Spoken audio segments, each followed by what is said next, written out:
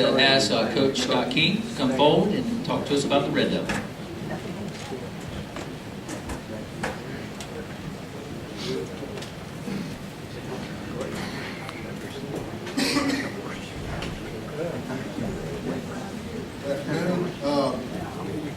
We had one game these past 2 weeks. We had an off week 2 weeks ago, right before we started region play. We opened up region play last week against Broome. First time, I think it's the first time this year we really didn't play well in the first half. We had several turnovers and miscues. We're not a good enough football team right now to overcome those. We had a fumble exchange on our 25-yard line. We had a short field. We had a bad punt snap on our 5-yard line, short field. We fumbled going in on the 20. And we jumped off sides. We had a sophomore in at right tackle, and he jumped off sides on a no play call, trying to draw defense off sides. We draw ourselves off sides. So that didn't work out too good. So we went from a 4th and 2 situation, which we got no problem trying to get a 4th and 2 to a 4th and 7, which we had a lot bigger problem trying to get. So we didn't play. That was all in the first quarter and a half. Second half we played pretty good, and we were down 28-0. I got on pretty good at the half about competing, seeing what they were going to do. Because that's the first time we've really been behind the 8 ball when halftime rolled around. Most of the other times we've been right in the hunt, and we've had some of those mistakes in the second half. We played real well in the second half. We moved the ball some, just couldn't punch any in, and we held those guys out. They're a good football team. They're 1-0 in the conference. I can tell our guys right now. You got 6 conference teams, so you got 5 conference games. And each one of them is of utmost importance, and each one of them gets a little bit bigger. You got 3 teams that are 1-0 and 3 that are 0-1 right now. We were in this same position last year and went on a good run and won 4 in a row in the region. Our guys know the importance of them. They know what we expect them to do tonight. They know how hard we expect them to play. And they know the importance of it. They know that each time you can get a win, you're going to get a chance to play in a bigger game the next week. Well, that week against Broome, I got 2 juniors here with me. George Rice over here on the left in the red shirt with no tie. That's Mr. George Rice there. He didn't follow directions exactly correctly today. George played defensive line with nose guard and some linebacker for us against Broome. He played nose guard most of the game. And George is a tough kid. And he's in there and they're running the veer, and he's getting 2 or 3 of them blocking him at all times. And he battled his rear end off the whole game and made 7 tackles for us in the box right there. And he played well. He's tough. And he played fullback for us as well. He plays about half the snaps. He and Hezekiah, you guys know Hezekiah, they split up the fullback pretty good right now. But George has gotten better each and every week, and he continues to get better. Like I said, he's tough. And we expect him to do some good things again tonight. Also, Daniel Moore is a junior tight end for us. Was our best blocker up front in the Broome game. We had some success running behind Daniel. We expect to run behind Daniel quite a bit tonight. Daniel's played well and gotten better each and every game and each and every week. These guys have worked hard all year, and they've continued to do so. Tonight, like I said, we're into the second conference game. We go to Lancaster. There is no good way to get to Lancaster from here. We are going to Highway 9 and right across the top part of the state over there. We're leaving at 4:15 today. I'm allowed for about 1:45 on the bus.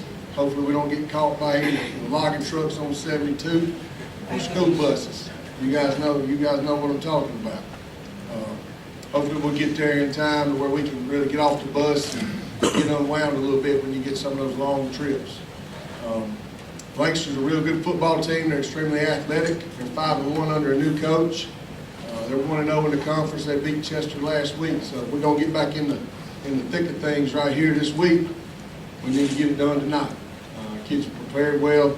They practice hard. They played hard each and every week. Been very pleased. Just like like I said, we had a bad punt snap in the Broome game. That young man is as good a Red Devil as we have. All right, he's really been upset with himself over that, knowing that he put us in a bad spot right there. And I'll take him any day, anytime, anywhere.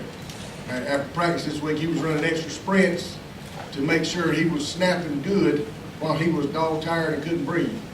And we expect him to I hope he don't punt snap at all. That's going to be the truth. I hope he doesn't have to. But if he does, he'll be ready. And hopefully we'll play better on all three phases. Thanks everybody for having us. These two guys haven't been here before. They're happy to be here. They get to miss English class and what else, name? Art. English and art.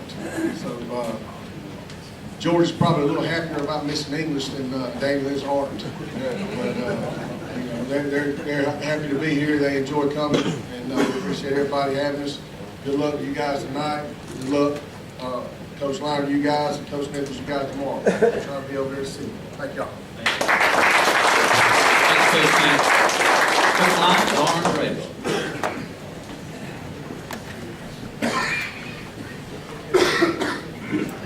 Okay. I'm going to introduce our players first because sometimes I get rambling and I forget. I'm going to start with our senior, Dalton Sword, stand-up Dalton. Dalton's the leader of our defense. He's I described him as I was recommending him for some all-star games in the last few weeks as a throwback linebacker. He's a guy that literally, you know, a lot of people like to describe defensive players as they'd run through that wall for you, but he literally would. He likes contact. He likes to hit. He's very football smart, and he's done a great job. A couple weeks ago, 2 weeks ago against Easley, he had 10 tackles and graded like 91, and has done a great job for us all year, especially after week 1. It's been really, really, really good. You know, we expect big things from him in the future. And then we brought 3 juniors. Chuck, stand up. Chuck Johnson. Chuck plays kind of an outside backer, safety type guy. We move him around all over the place. Another incredible kid, probably is humble. And I told our team yesterday as we were meeting actually on Wednesday, I said, guys, there's a lot of you that I really, really enjoy just watching play the game of football.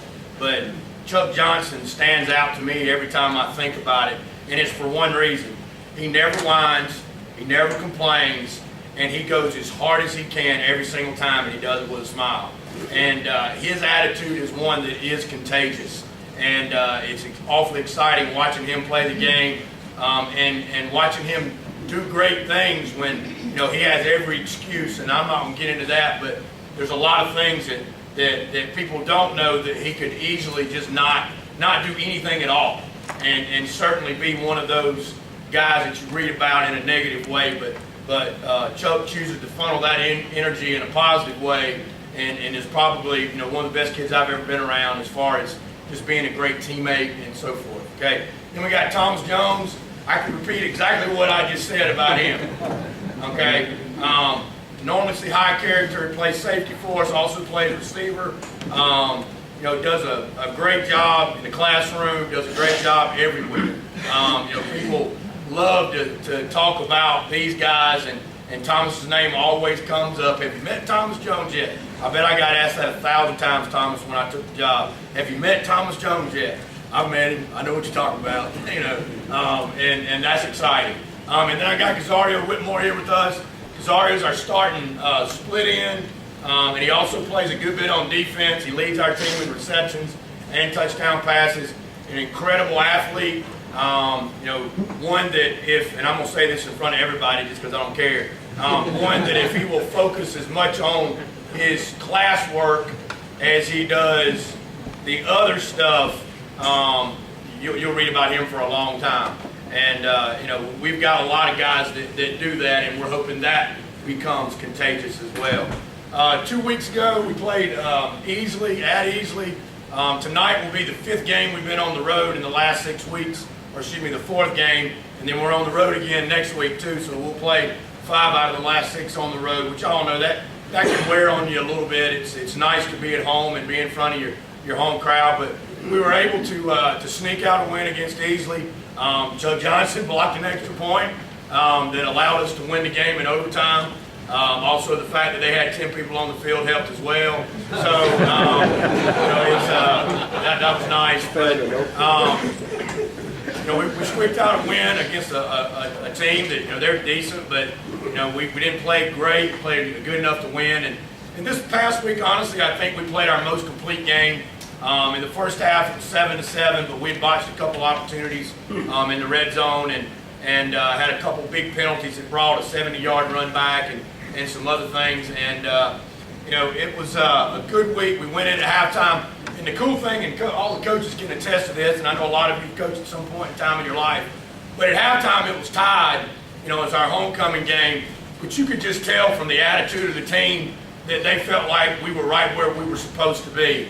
There wasn't a lot of, man, why you, or you missed that, or why didn't you catch this? It was just, hey, we know what we did wrong, let's go fix it. And we came out in the second half and played great, and it's really awesome to see when a team starts to reach that point. And certainly we're nowhere near where we need to be, but we're starting to learn little things one week at a time. And again, you can tell when that, you know, the team starts building confidence in the process, and they learn that the things that we ask them to do, sometimes they may not like to do it, but it's part of the process that it takes in order to be successful. You know, again, I'm going to quote Jerry Moore from App State the other year when they beat Michigan, and I'll never forget him saying this in his press conference, that you could have walked in and heard a napkin being folded during their pregame meal. And if you had been on campus from 3:30 to 7:30 last week, you would have heard the exact same thing. And that's a tribute to them, because, you know, they're our voice in the locker room. I can say it all I want, but if they don't buy into it and learn that there are ways to go about things in an appropriate way, in a way that gives you the best chance to be successful, then you're really moving forward as a program. And they're really starting to do that, and have been really since day one. But it's been a struggle. I don't pretend like it's been easy. We've got a lot of big games ahead of us. We play T.L. Hanna tonight, who's not won a game. And honestly, you know, those to me are the toughest games, when you play a team that doesn't have anything to lose. And you know, they've improved. They've changed their schematics, especially defensively. We saw them earlier in the year, and they were playing about every front known to man and about every coverage. Playing combination coverages, which is very difficult to do in high school. A lot of quarter, half, and stuff like that based on boundaries. And I think they just didn't understand what they were trying to get accomplished. But we popped in the last two videos, and they're basically a man-free cover-3 team, which is, you know, very difficult to get a good pre-snap read on. Even if you learn as a quarterback how to do that, it's still hard. And so they've gotten a lot simpler, and they're a lot better, which again makes our job a lot more difficult. But we play 1 week at a time. And this is embarrassing, Coach King. I really thought we played y'all week 3. I told our team that last night. I have no idea who we play in 3 weeks. It's embarrassing, because I should have the schedule memorized. But I promised myself when we got here that we would only care about the task at hand. And I think we play West Side, then Greenville, or it might be switched. But I made it a point not to look.